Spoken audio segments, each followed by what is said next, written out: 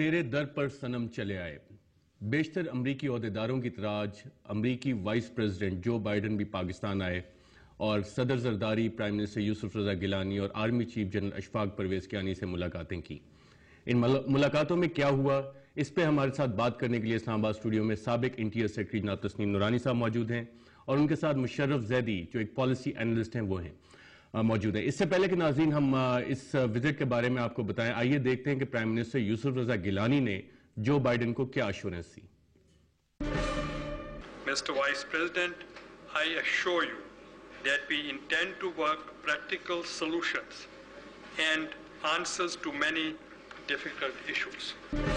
یہ تھے prime minister Yusuf Raza Gilani جو ایشورنس دے رہے تھے، یقین دہانی کرا رہے تھے US وائس پریزیڈنٹ کو کہ وہ کچھ پریکٹیکل اقدامات کریں گے اور مشکل معاملات کے سلوشنز نکالنے کی کوشش کریں گے. تسنیم نورانی صاحب، یہ مشکل معاملات کون سے ہیں جن کی طرف وزیر اعظم نے اشارہ کیا؟ دیکھیے، ایک تو یہ ہے کہ اس جنگ میں لگتا یہ ہے کہ وہ بھی اتنے بوکھلائے میں ہیں جتنے ہم بوکھلائے میں ہیں، کیونکہ وہ بھی اتنی فریکوینسی سے دورے کرتے ہیں ان کے جو بڑے بڑے عہدیدار ہیں، اور اس سے میں سمجھتا ہوں کہ شاید حالات کچھ خراب ہی ہوتے ہیں بنسبت بہتر ہوئے مگر جو دو تین میں سمجھتا ہوں میجر ایشوز ہے جو کہ I am sure prime minister کا اسی کی طرف ذکر ہے. ایک تو ہے سیکیورٹی ایشو، کہ وہ ایک سمجھتے ہیں کہ ہم کافی نہیں کر رہے، اور وہ ہم یہ ہے کہ ہم دبا کے رکھے ہوئے اپنے سارے پنچز، اور ہم جو ہے طالبان سے دوستی، افغانی طالبان سے دوستی خراب نہیں کرنا چاہ رہے، اور ان کا جو فوکس ہے وہ یہی ہے کہ آپ نے ساؤتھ وزیرستان میں کارروائی کر لی، سوات میں کر لی، اب آپ نارتھ وزیرستان میں کریں. So that's a issue which I'm sure must have been discussed, you know. Number two, I think the major issue is aid. کہ بائیڈن صاحب جو ہے وہ کیری لوگر بائیڈن بل جو تھا اس میں انہوں نے ہی وہ انیشیٹو لیا تھا $1.5 بلین پر ایئر کا، اور مگر یہ ہے کہ اس کو کیے ہوئے میرا خیال ہے 1.5 سال ہو گیا، یا probably something like that، اور ابھی تک پیسہ جو آیا ہے وہ شاید کوئی $100-200 ملین پہنچا ہو. So therefore ان کی بڑی اس میں ریزرویشنز ہیں. ان کو پاکستان کی لیڈرشپ کی جو ہے ان کی آنیسٹی پہ جو ہے وہ شک ہے، جس کی وجہ سے انہوں نے بہت ڈیویس قسم کی میتھڈالوجی اس دفعہ استعمال کی ہے، اور نتیجہ یہ ہے کہ آن دا گراؤنڈ کچھ نہیں ہو رہا.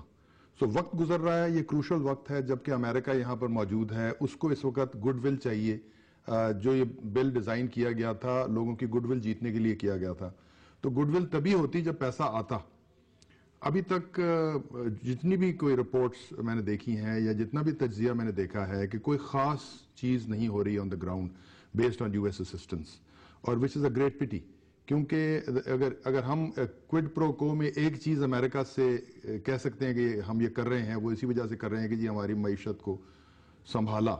وہ $600-700 ملین وقتاً آ جاتا ہے، وہ بھی ہمارا جو سپورٹ فنڈ ہوتا ہے، جو coalition support fund which is pertaining to actual battle being fought on their behalf، اس کی ایکچوئل ری ایمبرسمنٹس آ جاتی ہیں. مگر جہاں تک یہ فائنینشیل اسسٹنس کا تعلق ہے، I'm sure this must be, I hope that the government of Pakistan must have raised this issue. Musharraf Zaidi صاحب، سیکیورٹی اور ایڈ، اس کے علاوہ بھی کوئی مشکل معاملات ہیں جس پہ کوئی ایشورنس دے سکتے ہیں وزیر اعظم صاحب؟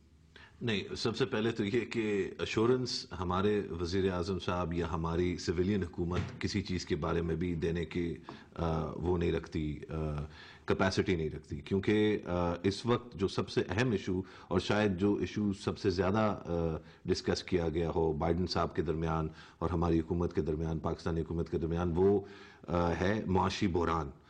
جو فسکل ڈیفیسٹ ہے پاکستان کا، اور جو پیٹرول کی قیمت جو ہے بڑھائی گئی تھی اس فیصلے کو بھی واپس لے لیا گیا.